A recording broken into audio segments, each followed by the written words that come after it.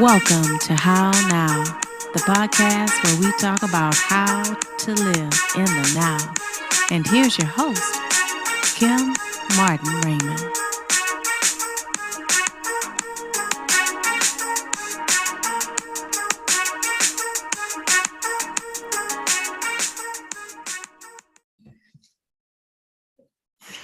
Peace and blessings, love and light, and welcome to another edition of the How Now podcast, where we talk about how to live in the now. I am your host, Kim Martin Raymond. I am a minister, spiritual life coach, author, and founder of Redefining You, LLC, where I help my clients to realign themselves, mind, body, and spirit. And again, we are in the second season of the How Now podcast. And this season, we are going to be focusing on health and wellness, again, of mind, body, and spirit. And today's episode is no different. We're going to be talking about mindset changes. We're going to be talking about health. We're going to be talking about wellness. So make sure that you go to my website, www.hownowpodcast.com.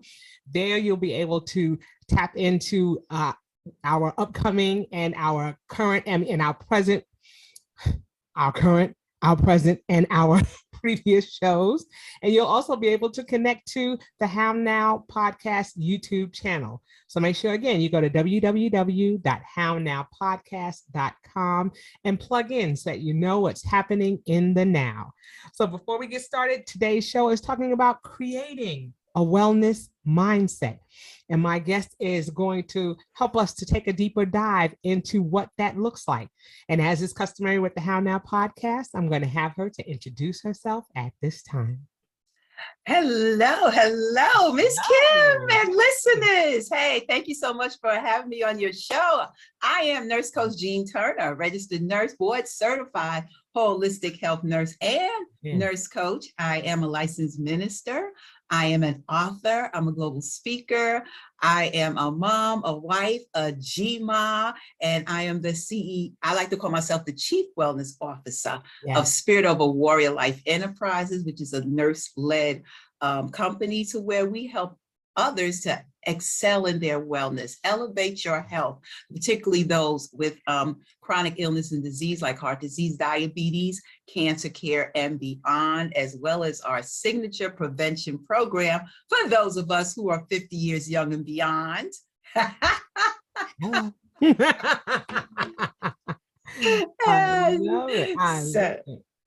Well, like I said, I want to say welcome to the show. We are so glad to have you here to talk about creating a wellness mindset.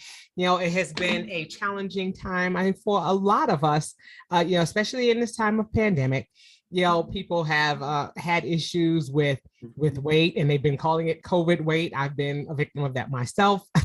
And, it's just been difficult. But we know that, even with our physical, wellness, there has to be that spiritual, has to be that mental mindset that goes along with, taking any type of wellness journey, and they all go hand in hand. So I want to talk a little bit, about that. But before we do that, let's talk a little bit about your background, because, like I said, it's extensive. You've spoken, you have been a veteran, and we thank you for your service.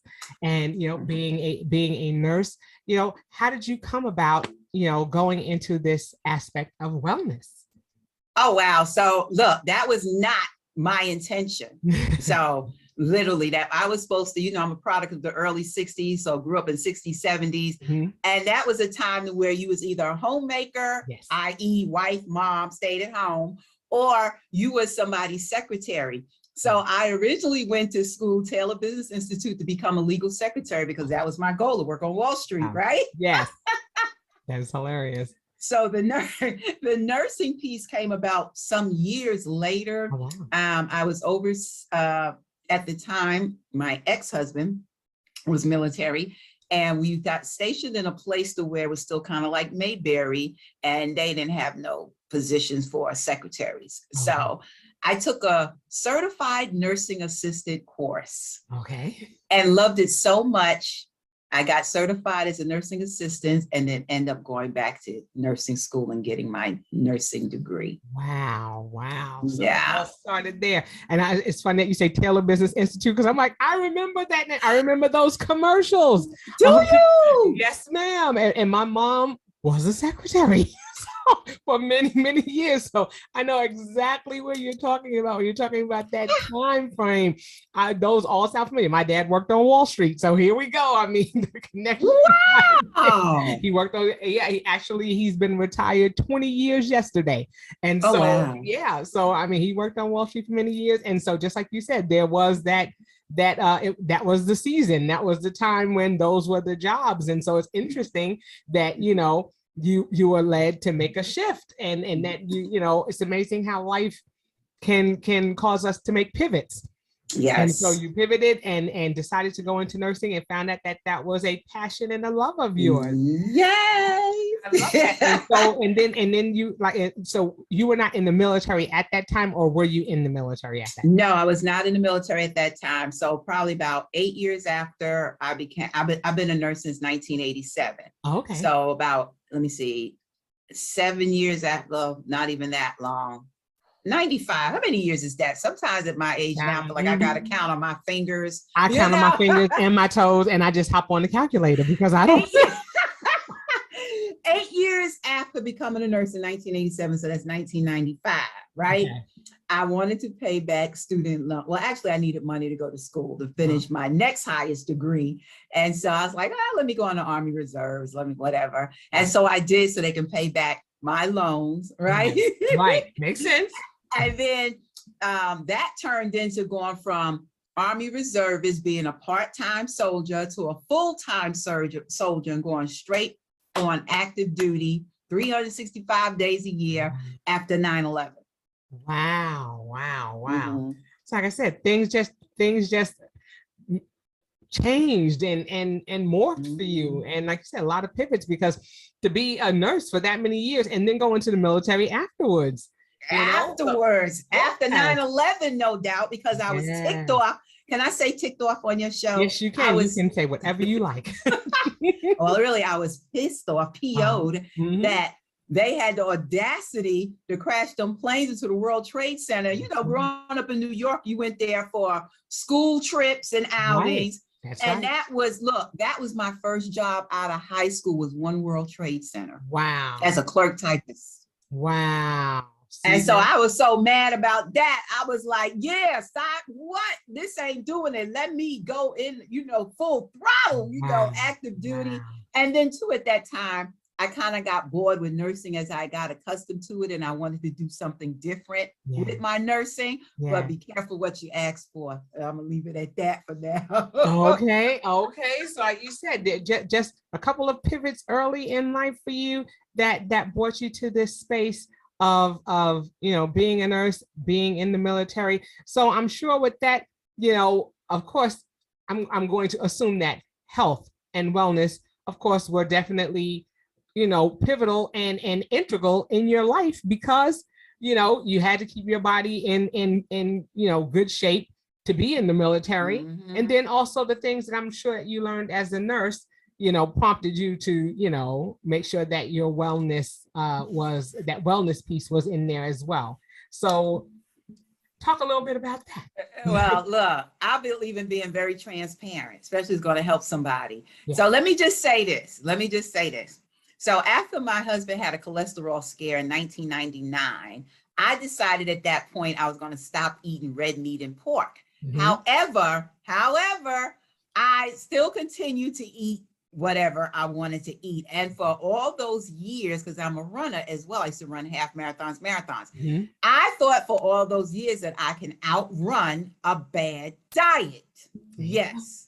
So with that said, I was the type of chick, especially if I worked 12, 14 hours, especially when I was stationed in Korea, I made the day of most of my meals on a really busy day was potato chips and ice cream. Wow. No lie. And so all those years, even though I stopped eating red meat and pork, all those years, my diet was crappy because I was exercising, gym rat, and thought I'm good. And I was healthy. All my labs, blood pressure, everything was good. Right. So fast forward to Korea 2015 to 2016, I started looking more into, holistic and complementary alternative therapies. I started doing acupuncture over there for some long-term chronic neck pain, shoulder and back pain that I was experiencing and different things. And so, so that started my journey. And lo and behold, that I know God was preparing me for what was to come in 2018, because that's when I was told that I have a spot on my lungs. It was just a pinprick, but they monitored it over several months, and then it started growing about 7 to 8, 9 months later. They biopsied it and it was malignant. So that started the chemotherapy, which put me into congestive heart failure. I went in cardiac arrest at a local hospital the morning of August 8th, 2019. But during that whole journey of being on chemotherapy, thank God I'd been a runner all those years, so my heart was strong. And during that walk, when I was going through that, I really started taking a deeper dive into holistic therapies and things of that nature. Did a study on environmental health and looked at the different chemicals and things they put in our body products and our foods and different things. So that experience really shifted, my perspective on how I saw health, healing, and the healthcare system that I've been working for since 1987. I started seeing all of that in a different light. Wow. And that's a lot. Like you said, that's a lot of twists and turns to come. And then all of a sudden to get to that space where suddenly you weren't okay. And where all these things that you said you thought were helping you, or that, would keep you in a space of being in optimal conditions. Like you said, your numbers were coming back fine, but you couldn't outrun a spot that was on your liver. Those things happen, and we have to be prepared for when those things happen. And I think that it's critical that we talk about that, because I think about COVID and people who have succumbed to the virus, those who have seen maybe things that were dormant in their system, all of a sudden come to fruition when they become exposed. And so I think that it's important for us to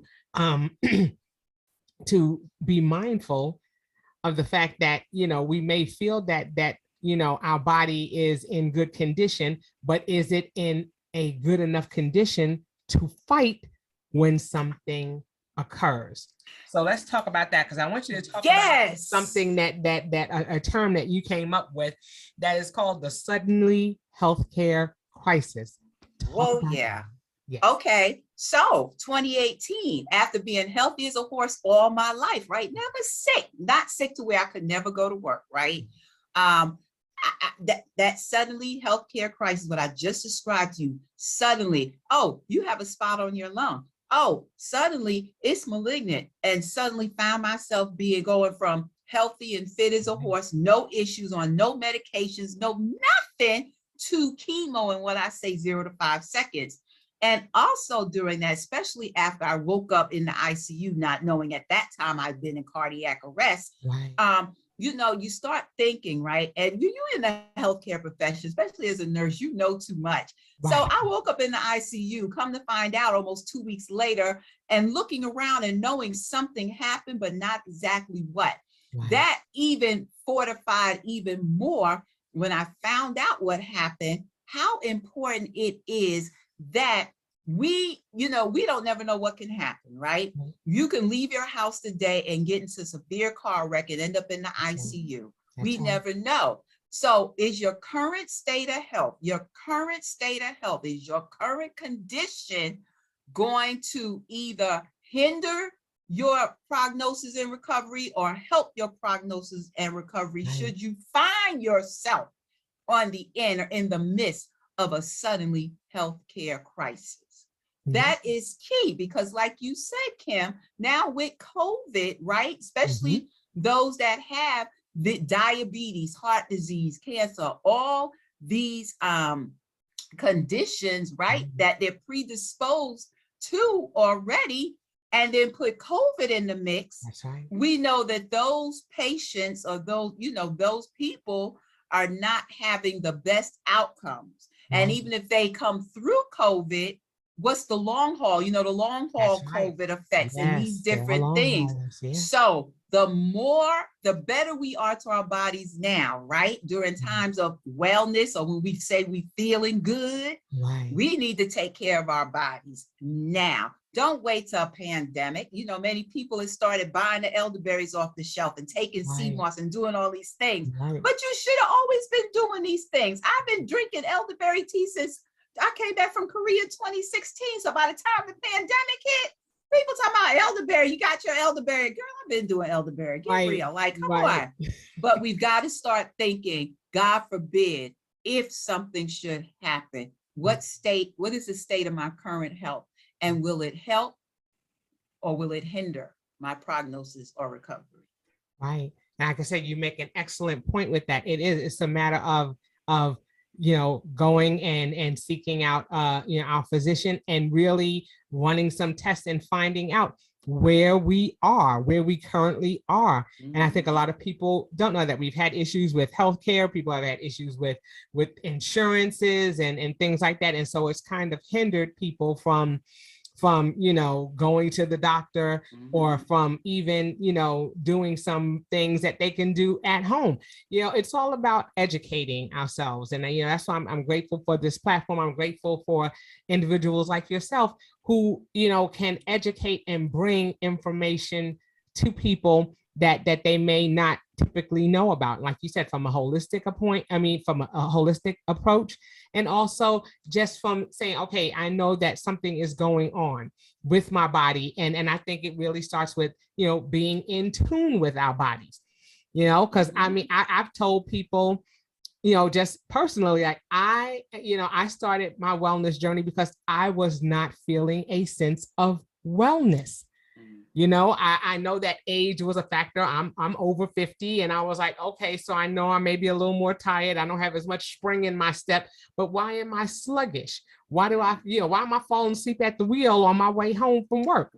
Wow. Why don't I have any energy? What am I doing? So I think that a lot of it kind of starts with you, being in tune with your body and knowing when something just doesn't feel right or something is wrong. So let's talk a little bit about that. What are some things that people need to be, looking at just in their day-to-day life where there's been some changes? Well, you said it all. You said it all right there. We've got to know ourselves, right? Know our bodies. Don't just say, oh, this little ache or pain, I probably pulled something. No, you need to go check it out, especially if it persists over some days. If you notice little things like your urine ain't looking the right color, supposed to be clear to clear yellow, but now it's looking dark, and it's persistent. You check that out. It could be blood in your urine, or you're not going to the bathroom, having bowel movements. We're really supposed to go after every meal, to be honest, but at least 2 times a day. If you're not going that and you just going once a day or every few days, look, you need to get that checked out. It may be more than constipation, but you have to know yourself. And the only reason they even found that little pinprick spot on my lung was because one day out the blue, I was running up a flight of stairs at work and I was short of breath. And I was like, wait a minute, I run. In the military, I'm running races, marathons and stuff. Why am I short of breath going up a flight of stairs? And then probably a few days after that, after I got to work, for some reason, I had problems breathing. And I'm like, why am I having problems breathing? So I went down. Well, at the time, my office was the next block from the hospital. I went down the street to the military treatment facility where I worked at, went to the ER. Everything was fine, except we did do a chest x-ray, ma'am. And we see this little spot on your lung. So my primary care provider called me. First thing out my mouth was, I want you to send me off post to a civilian provider, because unfortunately, for some reason, our protocols were a little different than outside the military. And if it had not been for that, see, I know my body. But if it had not been for that, they would have never seen that spot, right? Because I already had my physical exam for that year and everything was fine. You see what I'm saying? Yes. And so Then the doctor they sent me said, well, let's monitor it over a couple of months and just see if it grows or what happens. Yeah. And thank God she did, because 8 months later, when I thought was my last PET scan, ain't nothing going on, it ain't growing, that it had the biggest growth within those 2 to 3 months in between those last 2 scans. Yes. I mean, So, it's huge. Yeah, it's huge. Yeah, so we got to know ourselves. Yes. We got to know ourselves. Yes, and know when something is wrong, and not just think, I'm just going to, put an ice pack on it, or I'm just going to put some, some salve on it, or I'm going to get some icy hot. And, we really have to be in tune with our bodies. And I'm so glad that you said that. I'm so glad that you said, I noticed something was different. I noticed that my breathing was different. And this is something that's out of the ordinary, and never to discount those things. Because when you discount those things that happen, then that's when they turn into bigger things. And I think it's also important that you spoke about following up. If they told you, okay, I need for you to come back, you may go to the ER that first time, and then they say, come back. And then you don't go back. I'm not going back. I'm feeling fine. I'm not having this again. We have to be willing to follow up to make sure that those things that we saw, that we tried to catch early, actually get, caught early. And can I tell you something? That pinprick, when I say a pinprick, that's exactly how she described it. Right. They had to keep monitored it, because initially when they saw it, guess what? It wasn't big. It wasn't even big enough to cause me to have any symptoms. Right. And just in a short moment. So had I not known myself and my body and said, like, wait a minute, let me go, because it wasn't even big enough to cause any problems. Right. And that's it. I think about, I'm diabetic, and I think about how quickly your A1C can go up and down. Mm-hmm. My A1C was fine for years, and then all of a sudden it shot up to 11. And I was like, wait a minute, and was wondering why I was not feeling well. And when they checked it, they were like, your A1C is at 11. And I was like, wait a minute. It's always been like, the upper 5.9, 6.2 or something like that. And then all of a sudden it went up. But had I not checked it, I could have had a stroke. I could have had anything, a heart attack, anything. And people so you just brought up another point. Diabetics, many of them, especially, it's just type 2 diabetes, and I'm not on insulin. You can't take that for granted, because long-term over time, it leads to problems with your neurological system, your kidneys to shut down, and heart disease. That is one of the precursors to heart disease. So we got to stop downplaying stuff. Oh, it's just type 2 diabetes. It's just a little sugar. Whatever. Stop downplaying this stuff, because the long-term effects, and really type 2 diabetes is reversible. Yeah, it's reversible. But if you let it go long-term for years and years, and you ain't managing it, it's going to lead to some chronic stuff that you don't want. And it's interesting, because some people also, think about things, as being hereditary and everything. And interestingly enough, like I said, November makes 21 years that I've been diabetic.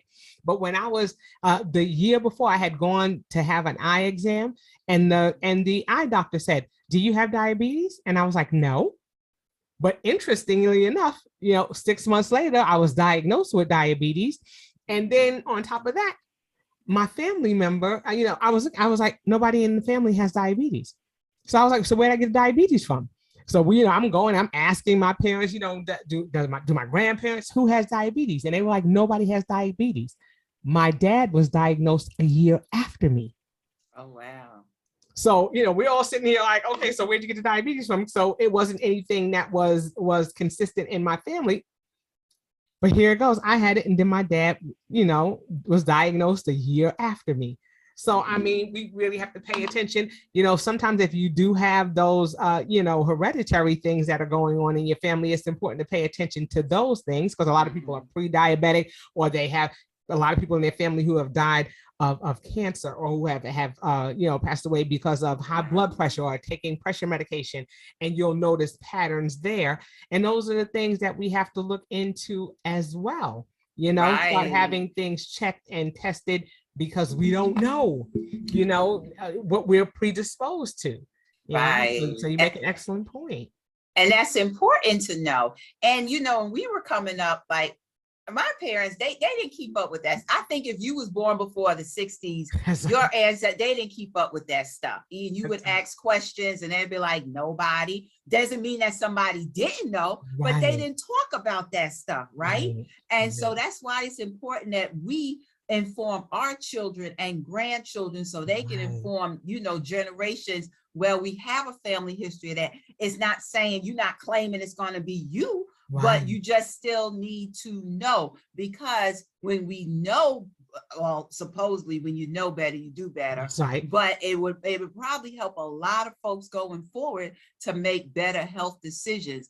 But also with diabetes and a lot of things that we're seeing now, it still goes back to diet and lack of exercise. Yeah. It really, really does. Yes. And you're talking about exercise, and that's something that has been difficult for a lot of people, especially during this pandemic, because people were going out. I mean, they were not able to get into the gym at one point. I'm glad that, people are starting to be able to get back into the gym. But, with these new strands of COVID, we don't know if things are going to go in the reverse. So it's important to talk about that whole aspect of exercise and moving your body, and that, it doesn't necessarily have to be in a gym, but let's talk a little bit about that, about exercise, or at least the movement of our bodies. What are some things that we should be doing with regards to body and movement and exercise? Well, number one, we've got to keep our heart pumping. We got to keep the circulation going and flowing throughout our bodies, because it's in the blood. The heart pumps blood, is pumping oxygen and nutrients to all of our vital organs and throughout our bodies. So when people tell me I don't like to exercise, I don't exercise, and I'm thinking, okay, do you really know what you're saying here? Because we need to move to keep blood flow going, to keep our arteries and veins open, so that all this processed food that many of us eat is not clogging our arteries in the form of bad cholesterol and blocking the flow of blood. So if you eating a diet high in unhealthy fats and refined sugars and all these things, and you not exercising, then you are, look, it's inevitable. You're going to clog up your arteries. Cholesterol and plaque and all that's going to clog up your arteries, and the blood cannot flow through. And then next thing you know, you got high cholesterol, you're on a pill for that, or you're having a heart attack. Yeah. So, so that's the main reason why we need to move. And it's not as difficult as people think. You do not have to be a member at a gym. Look, everybody got cable or internet TV now. Go on TV, go to YouTube. Yes. There's exercise videos galore, Pilates, yoga, Zumba, different types of dance, stretching videos, you name it, any type of exercise. Videos is on there. Right. We have these, I don't even think I think we is old school, old outdated. Well, I remember it because I had the little, yes, I had the little pad that you stood on and all that. I was like, yeah. Right. So, but we have these computer games, right? Get the ones that are exercise ones and do that. We don't have no excuse. No. We really don't. We don't. And then, you got to maintain flexibility in your limbs. You've got to maintain muscle. Get you like little 2-3 pound, 5 pound weights, or get them bands, right?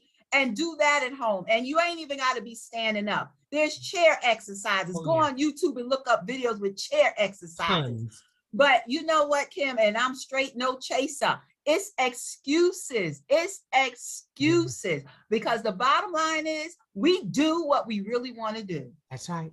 That's right. You're absolutely right. I said it's funny because we all have watches that tell us time to stretch, time to move. And what do? We go like this until it stops saying to do it. And then we're like, okay, we're done. For real. For real. So, I mean, the technology is out there. Everything is out there to remind us. So even when we don't remember to move our body, we have technology and watches and things that tell us, move your body. It's time to get up, take a stretch. You have the little risers. I have one on my desk that, I can lift it up and I can type standing up, then I can push it back down, and I can work, while I'm seated.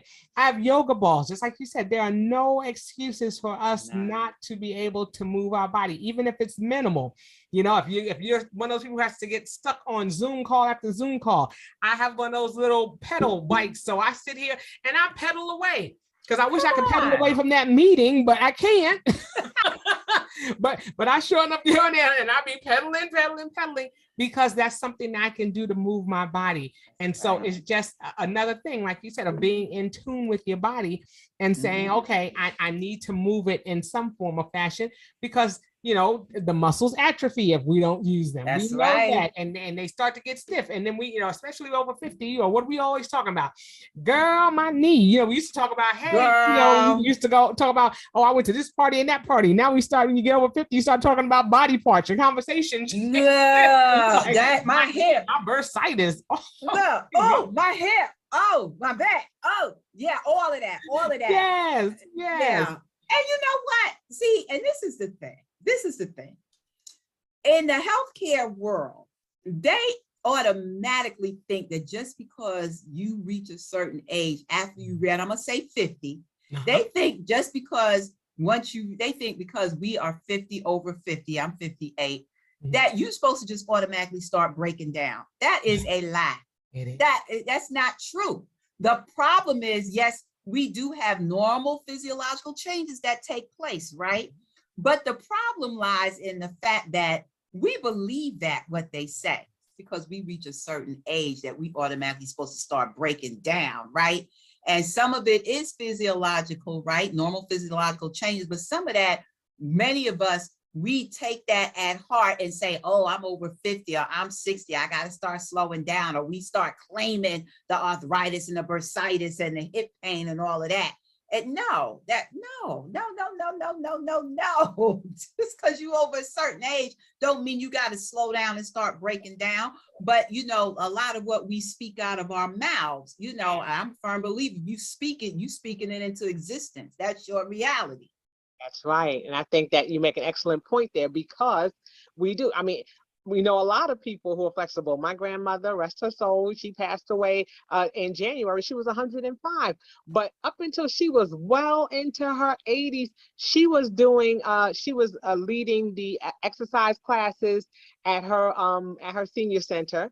She was very flexible. And then even when she, I think she was 94, when she was going down the stairs, we had like a little chair for her, and she would go down the stairs on the chair. Sometimes she was impatient. She didn't want to wait for the chair. So she was going down the steps backwards and fell and broke her femur bone. I mean, fell backwards and broke her femur. I mean, I had to have a pin put in her femur bone. But when I say her recovery was quick, she fell and broke her hip. And I was like, uh-oh. We were like, oh my goodness, when you hear people breaking their hip, you're like, uh-oh, it's downhill from here, all these things. She has so much flexibility and elasticity. She was able to recover. She walked on a walker behind, she get out there and start dancing and moving. But just like you said, it was another one of those crises, where her body was in a crisis, and she was able to be in a position to fight it. Sometimes we can't avoid it, but we can be in a position to fight it more effectively when it happens. Exactly. So it's those types of things that you're talking about. We have to move our bodies and keep the elasticity in our bodies, and and not just, like you said, use it as an excuse, especially for us menopausal women. We will blame everything on menopause, everything. Okay, I'm menopausal, but I have friends who are, it's these hot flashes, is this, that, and the third, and that's everything, and that's why I can't lose weight, and that's why I can't do this and that and the third. But that's not okay. So can I say this? Absolutely. Before 2018 and my suddenly health crisis, I experienced a lot of hot flashes and stuff. But since then, and my diet totally, I did an about face to where I'm probably about 90 to 95% plant-based. I love lobster tails, I love wild salmon, and I love shrimp occasionally.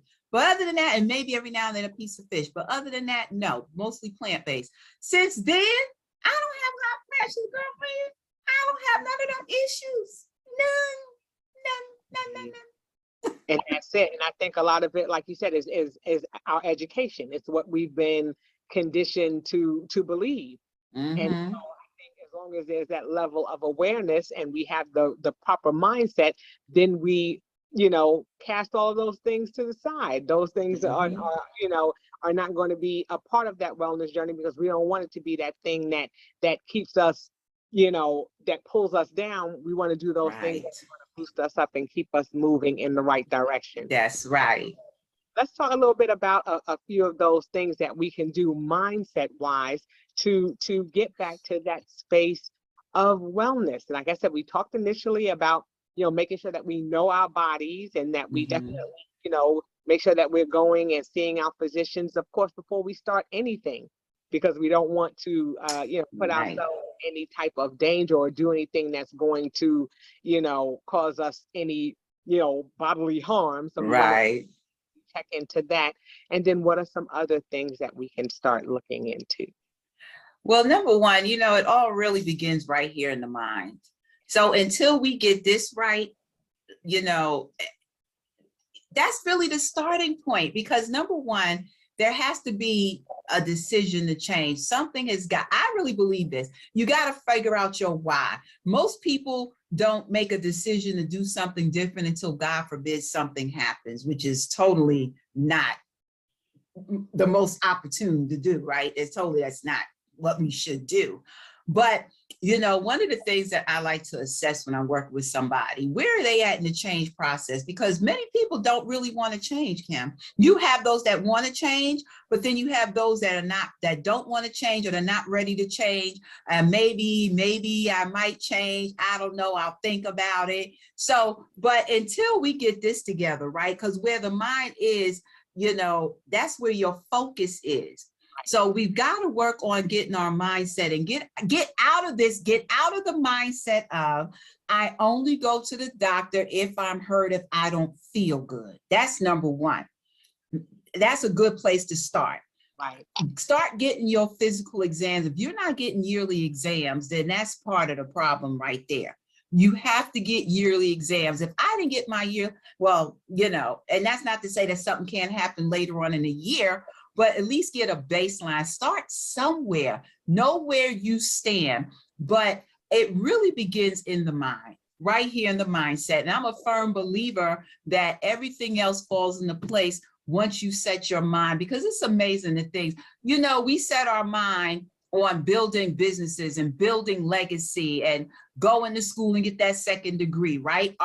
We get our mindset right and together for all of that. We need to take that same mindset, that same determination, that same tenacity, and now focus it on our health and well-being so that it becomes a lifestyle. So number one, think about what you're thinking about. That's number one, okay? Think about how you currently view health and wellness. That's key. Then number two, right? Go ahead, get your physical exam. We're about to enter a whole new year. January is the perfect time to get your yearly exam. Most people remember it around the first of every year. Get that, know your numbers. Start with small, and that's the other thing. We've got to learn to set realistic goals, not goals that's realistic for mommy and auntie or my sister, but goals that's realistic for us as individuals. And start with one goal. Don't overwhelm yourself with 3 and 4 and 10 goals at a time. You start with one goal, work the plan, right, to reach that one goal, celebrate the quick wins, right? And then move on to the next goal once you've mastered that one. So, those are some really, really quick, to me, common sense things to do, because a lot of times we overwhelm ourselves trying to make it all happen at one time, to where we get so overwhelmed, we be like, you know what, forget about it. This is too hard. I'm not doing it. And it's not too hard. Yes, I love that you say small, realistic goals, because you're right. You can overwhelm yourself. And if you do get in that space of, oh, I failed, then you're not going to be willing to keep going, because you're saying, well, I can't do it. It has to be something that's attainable. And just like you said, it has to be something that you're going to be consistent in doing over a lifetime. It doesn't, we say it's a lifestyle change, And is a lifestyle something that's temporary when we're talking about wellness? Not necessarily. You know, we want to make sure that we're operating in a space of, okay, this is something that I can do and that I can be consistent or persistent in doing, and know that I'm not going to turn away from it. Just like you said, if we do something that we don't like or that we're not ready to do, we're not going to be consistent in doing it. We're going to give up. We're going to say, okay, I've had enough of this. It has to be something sustainable. I think that's the key word in there. It has to be something sustainable, something that we're willing to do over a long period of time. And then if there are any shifts or pivots, that it's still going to be something that we can do. Now, the one that I think is wonderful, and in the fact that you know, we were talking about being, you know, 60s and 70s babies and everything, that we didn't have all of the choices that you have now. You know, we had all these other diets that we were able to go on, but we didn't have all of this vegan, gluten-free, all these other things that are available to people. Okay, the magic of cauliflower. Okay, Come on, come on, come on.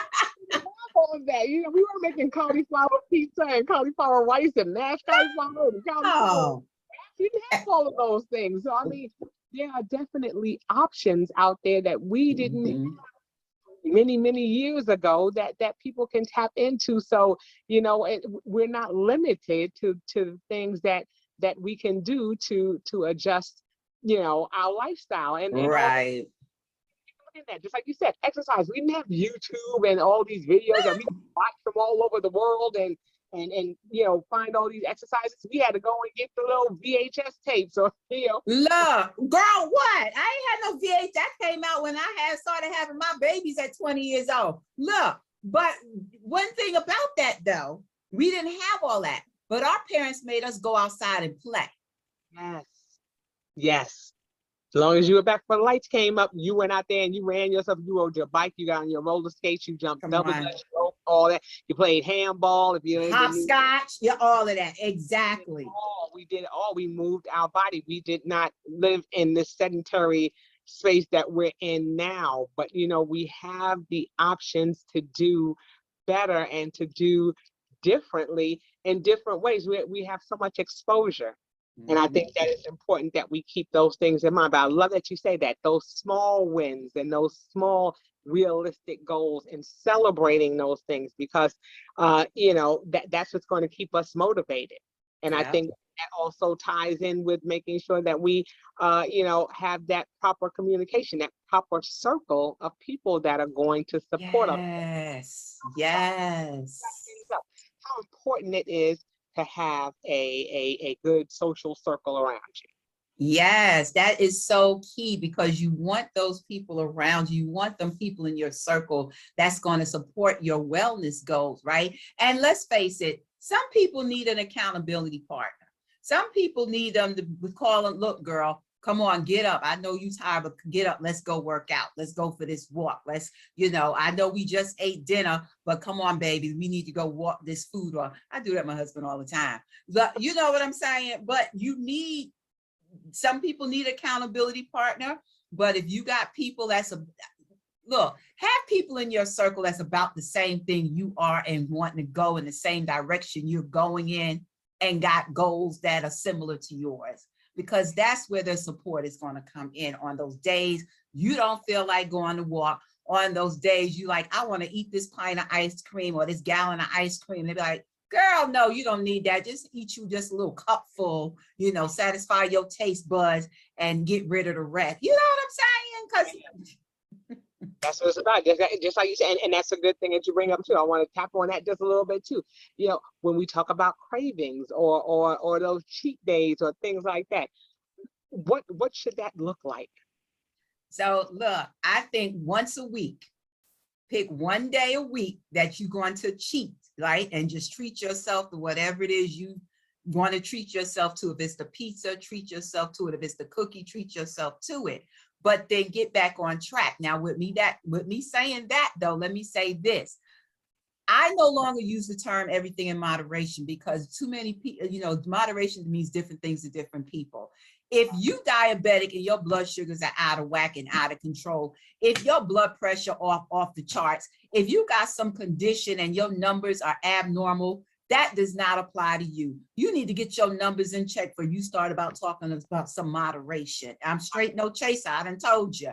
But if your labs are good and everything is tracking, your doctor's happy, and you want to have one cheat day a week, then okay, just don't overdo it on the cheat day, right?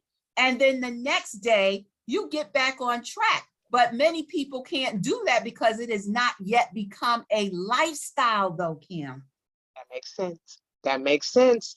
I love that. And I love that you say that. I like what you talked about with regards to moderation, because you're right. Everybody's moderation is different.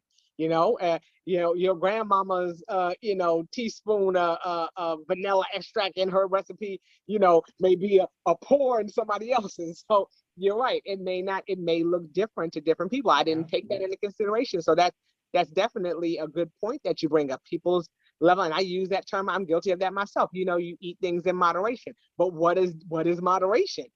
What does that look like for an individual? And is it something that's consistent? And then just like when you talk about having a cheat day, it's not a matter of it being like Fat Tuesday where you're gorging yourself on that day. Right. It's definitely okay. Have a little bit, just like you were talking about, instead of having the whole gallon of ice cream, okay, have that couple of teaspoons or that little cup that just satiates, just so you can say you had it, and you don't have to finish the whole thing. Exactly. The following weekend, and have a little bit more, and I think that's where the discrepancy comes in. We say I'm gonna have this cheat day, and we go all in. Go in, girlfriend. Go full throttle. Eat the whole pizza, and it's just like no, because then it's hard to come back the next day from that, and your body is still trying to process all that stuff that you just did. Like what just happened? Exactly. Especially when you've made wellness a lifestyle. You try to sit there and eat a whole pizza pie if you want to, and you'll be sick as a dog and probably throw up. You're right. You are absolutely right. Yeah, I remember going vegetarian for a year, no meat, and then my parents came home with a bucket of Kentucky Fried Chicken, and I said, "Wait a minute, I'm gonna have a piece of chicken." I nearly threw up a lung. I was like, "Oh my gosh, what is this? I can't eat that day." Yes, your body then all of a sudden remembers, and it's like, "Okay, we can do this again." We remember chicken, but before that, my body said, "What? What are we doing?" And so, yeah, sometimes you do more harm than good. Once you start that lifestyle change, you're going to find that you're not as inclined to want those things as much, or you want just a little taste, and then you may be like, this isn't all that I thought it was, or that I remembered it being. And then you don't want to, then you don't want to, like I said, be sick or feel nauseous or have a stomach ache afterwards. You want to be able to go in and say, all right, I had a little bit of it. It's good. I'm good. Exactly. And then the flip side of that real quick is that now I'm a firm believer if you're craving a certain thing, because sometimes I crave salt. I don't add it to my food, but salt, sodium is necessary for our bodies. And with that said, when I crave it, then I'll get something with a little salty, like I like organic potato chips. But I do believe that there's probably something in that food you're craving, something in there that your body is lacking. But again, it goes back to knowing your body, knowing what you're deficient in.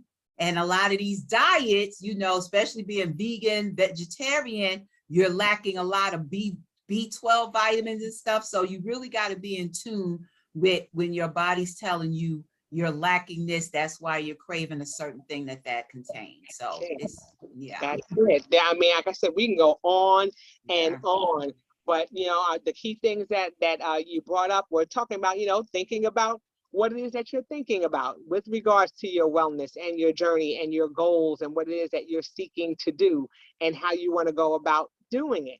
And then, like you said, getting that annual physical so that you at least have a base to start with, and knowing what your numbers look like and what you're deficient and things that are going on there. So, connecting with your healthcare professional to find out exactly where you are. And then, like you said, setting those small, realistic goals, okay? Having people around you that are going to support you in your efforts as you're going through that wellness journey. Those things are important. And then, like you said, if you have that cheat day, doing things that are going to satiate, just have that little bit, don't go all out, and make sure that you have that lifestyle established, and make sure that you have that your numbers aren't so far out of range that those things are going to cause your numbers to go even further up. So I love that you brought attention to all these things. Those are definitely going to be helpful as we talk about, changing our mindset and changing it to a wellness mindset. And I know that as we're going into this new year, people are going to be making resolutions and things like that, but your wellness journey should start now. It should start today. It should start, as soon as we're done, or because it's important for us to get ourselves in that proper mindset, because we never know when that suddenly healthcare crisis is going to occur. We don't know what's going to happen, and we want our bodies to be prepared now and not later, because we don't know we don't know what's around the bend. So we want to make sure that we're prepared. So first, I want to thank you for being here and for sharing your wisdom and your knowledge with us, and for talking about those things that you had to overcome. And we're grateful that you are in a space where you were able to fight those adversities that came up, and are continuing in your own personal wellness journey. You look absolutely lovely, and I I'm glad that you've chosen to share your story and your expertise with those who need it. Now, that's important. Now, before we go, of course, I want to ask you what you're doing in the now, to cope, because as we're going through this pandemic, I always talk about COPE, and that's an acronym for Create Our Peaceful Existence. What are the things that you're doing personally to create a peaceful existence for yourself? Oh, I have to start my day with prayer. I pray in the morning, start my day with the Creator. I do mindfulness meditation. I just set boundaries, and of course try to get my exercise in. And but this starts with spending time with the Creator in prayer. Yes, I love that. And and that's part of the focus, like you said, it's part of your wellness journey, being able to make sure that you have a sound mind and heart. And I love that you say setting boundaries, because all of us tend to overextend ourselves, especially as women. We say yes because we want to please everyone. And sometimes we have to set those boundaries and use that beautiful 2-letter word, no. No. We'll do that. Sorry, no, can't do that today. And to be able to stick to it. So I think that's wonderful that you bring that point up. And it's important for us to know that there are so many different ways that we can cope, and they don't have to be in the form of a Band-Aid, or it doesn't have to be where we're self-medicating or doing things that are going to be harmful to our body. We want to make sure that our spirit and our heart is in check, and that's where it begins. Okay, so tell me how people can get in contact with you if they're interested in getting some advice about wellness, or finding out if you're speaking anywhere, or things that they can do to get in contact with you. Thank you so much for allowing me to share that, Kim. So I can be reach out to me at www.spiritofawarrior.life. Again, that's www.spiritofawarrior.life. And everything you want to know about Nurse Coach Jean Turner is right there. Yes. Beautiful, beautiful. Okay, again, www.spiritofawarrior.life. Like I said, all things, Nurse Coach Jean. And so make sure that you connect with her. It will definitely be in the description of the show when it airs. So be looking out for that. Okay, and with that, I'll ask if you have any last words that you want to leave for our listeners as we depart. No, I just want to say, just remember that mindset. Let's get into a wellness mindset for life, body, mind, soul, spirit, in every area of your lives. Peace and health. All right. And with that will do it for this edition of the How Now podcast, where we talk about how to live in the now. And until we see you the next time, I say peace.